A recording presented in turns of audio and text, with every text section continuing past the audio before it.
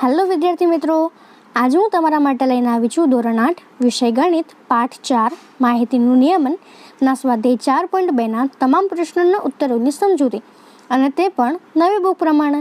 તે પહેલાં તમે જો આગળનો વિડીયો ન જોયો હોય તો જરૂરથી જોઈ લેજો અને આપની ચેનલને લાઇક, શેર અને સબસ્ક્રાઈબ જરૂરથી કરી દેજો. તો ચાલો સ્વાધ્યાય 4.2ના તમામ પ્રશ્નોના ઉત્તરોની સમજૂતી મેળવીએ. તો સ્વાધ્યાય 4.2નો આપણો પહેલો પ્રશ્ન છે કે અહીં આપેલા પ્રયોગમાં તમને જોવા મળતી શક્યતાઓની યાદી બનાવો. તો પહેલો પ્રશ્ન છે કે ફરતું ચક્ર. તો અહીં આપણે જોઈ શકીએ છીએ કે આ જે ચક્ર છે એ ચક્રમાં કુલ 4 મૂળાક્ષર છે કે જેમાં 2 વાર A, B, C અને D છે. એમ 4 મૂળાક્ષર છે, તેથી તેની શક્યતાઓ પણ 4 થશે: A, B, C અને D. ત્યારબાદ તેનો બી પ્રશ્ન છે કે એક સાથે 2 સિક્કા ઉછાળવા. તો જો આપણે એક સિક્કો ઉછાળીએ તો તેની 2 શક્યતાઓ મળે, કાં તો હેડ કાં તો ટેલ. તો જો આપણે 2 સિક્કા ઉછાળીએ તો તેની સંભાવનાઓ થાય કાં તો બંને પર હેડ મળે, કાં તો બંને પર ટેલ મળે, અથવા તો પહેલા પર હેડ અને બીજા પર ટેલ, અને કાં તો પહેલા પર ટેલ અને બીજા પર હેડ. આમ કુલ 4 શક્યતાઓ આપણને મળી શકે. તેવી જ રીતે તેના પછીનો બીજો પ્રશ્ન છે કે પાસાને ફેંકવાથી મળતા પરિણામની મદદથી નીચેની ઘટના બનાવવાની શક્યતા ચકાસો. તો એનો પહેલો પ્રશ્ન છે કે અવિભાજ્ય સંખ્યા હોય. તો આપણને ખબર છે કે પાસા પર 1 થી 6 સંખ્યાઓ લખેલી હોય કે જેમાં 1, 2, 3, 4, 5 અને 6 હોય, અને તેમાં અવિભાજ્ય સંખ્યાઓ તરીકે 2, 3 અને 5 લેવાય, કારણ કે 1 જે છે વિભાજક કે અવિભાજ્ય નથી, માટે તેથી અવિભાજ્ય સંખ્યા મળવાની શક્યતાઓ થશે 2, 3 અને 5. આમ 3 થશે.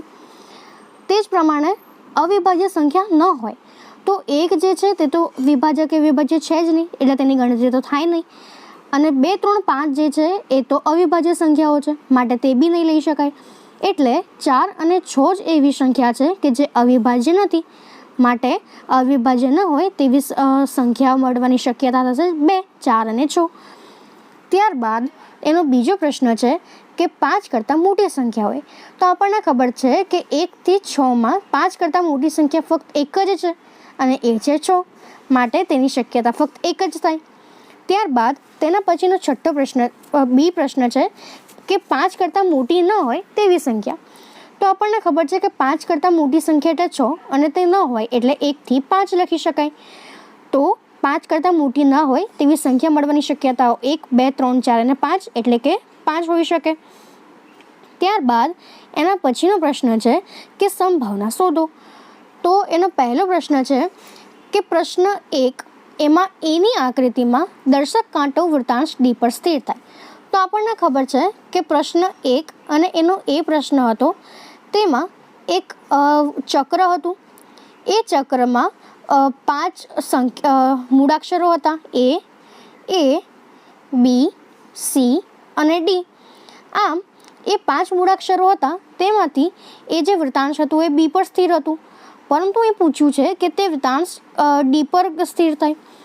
અને અહીં જે ચક્ર જે કાંટો છે એ કાંટો સ્થિર થવાની શક્યતા એટલે કે કુલ શક્યતાઓ જે 5 છે, કારણ કે અહીં એમ તો 5 મૂળાક્ષરો છે, એટલે જે કુલ શક્યતાઓ છે તે 5 થશે.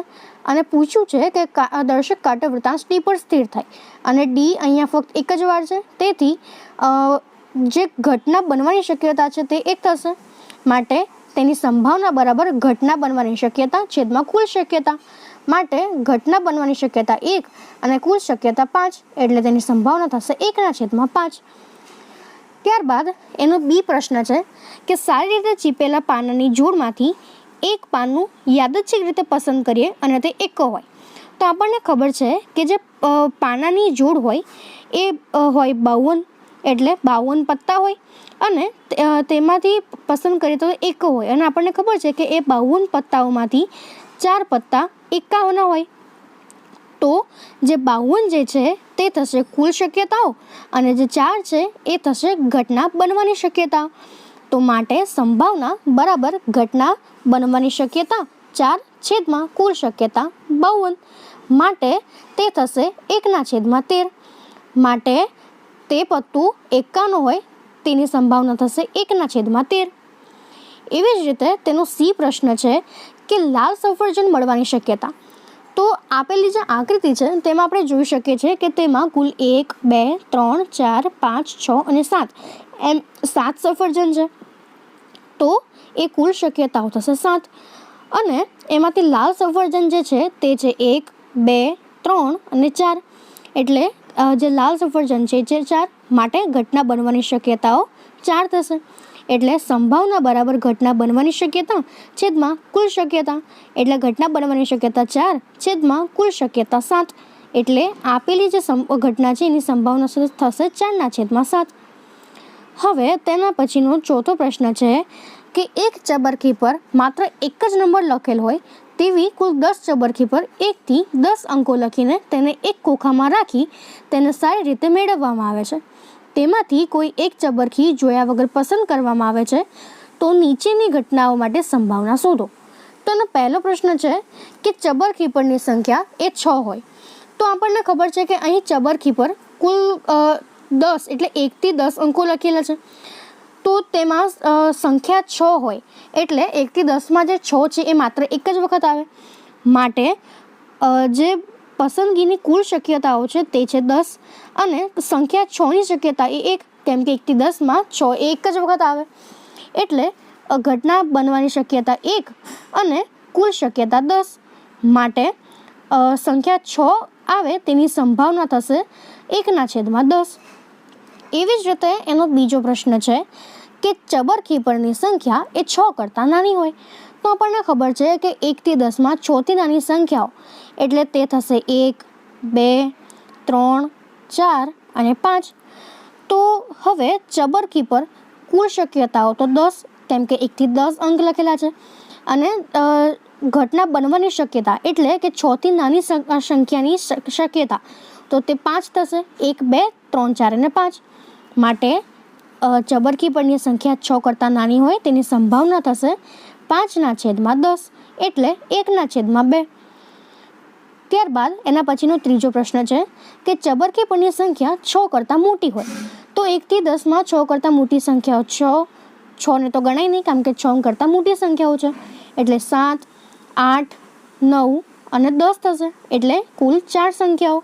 માટે જે ઘટના બનવાની શક્યતા છે 4 અને કુલ શક્યતા 10.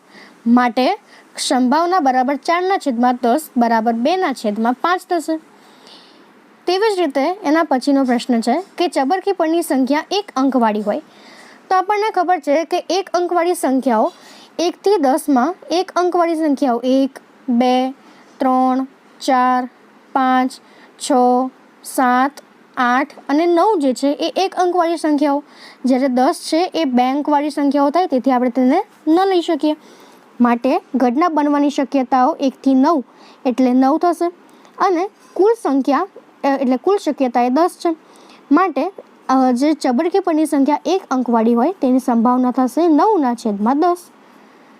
હવે ત્યારબાદ પાંચમો પ્રશ્ન છે કે જો તમારી પાસે 3 લીલા રંગના વૃત્તાંશ, 1 વાદળી રંગનું વૃત્તાંશ અને 1 લાલ રંગનું વૃત્તાંશ ધરાવતું ચક્ર હોય તો લીલા રંગનું વૃત્તાંશ મળવાની સંભાવના કેટલી અને વાદળી રંગનું ન હોય તેવા વૃત્તાંશ મળવાની સંભાવના કેટલી? તો અહીં આપણે જોઈ શકીએ છીએ કે જે વૃત્તાંશ છે તે કુલ વૃત્તાંશ 3 લીલા રંગના, 1 વાદળી રંગનું અને 1 લાલ રંગનું એટલે 3 અને આ 2 5 એટલે જે કુલ શક્યતાઓ છે તે 5 થશે. અને એનો પહેલો પ્રશ્ન છે કે લીલા રંગના વૃત્તાંશ હોય તો અહીં લીલા રંગના વૃત્તાંશ 3 છે. તો માટે એ જે ઘટના બનવાની શક્યતા છે 3 થશે. એટલે લીલા રંગના વૃત્તાંશ હોય તેની સંભાવના થશે ઘટના બનવાની શક્યતા 3 છેદમાં કુલ શક્યતા 5 એટલે તેની સંભાવના 3/5 થાય. એ જ પ્રમાણેનો બીજો પ્રશ્ન છે કે વાદળી રંગનું ન હોય તો અહીં વાદળી રંગનું ફક્ત એક જ વૃત્તાંશ છે. એટલે આપણે કુલ વૃત્તાંશમાંથી વાદળી રંગનું એક વૃત્તાંશ બાદ કરી દઈએ તો તે થશે 4. એટલે જે 4 જે છે એ થશે ઘટના બનવાની શક્યતા અને કુલ શક્યતાઓ 5.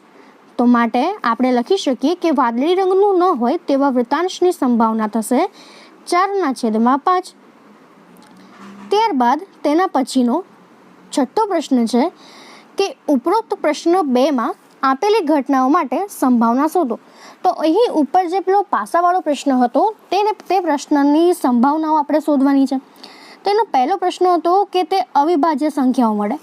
તો આપણે અવિભાજ્ય સંખ્યાઓ દેખી હતી કે તે 2, 3 ને 5 હોય, એટલે કે તેની જે ઘટના બનવાની શક્યતાઓ છે 3 થાય અને કુલ શક્યતાઓ તો 6 હતી.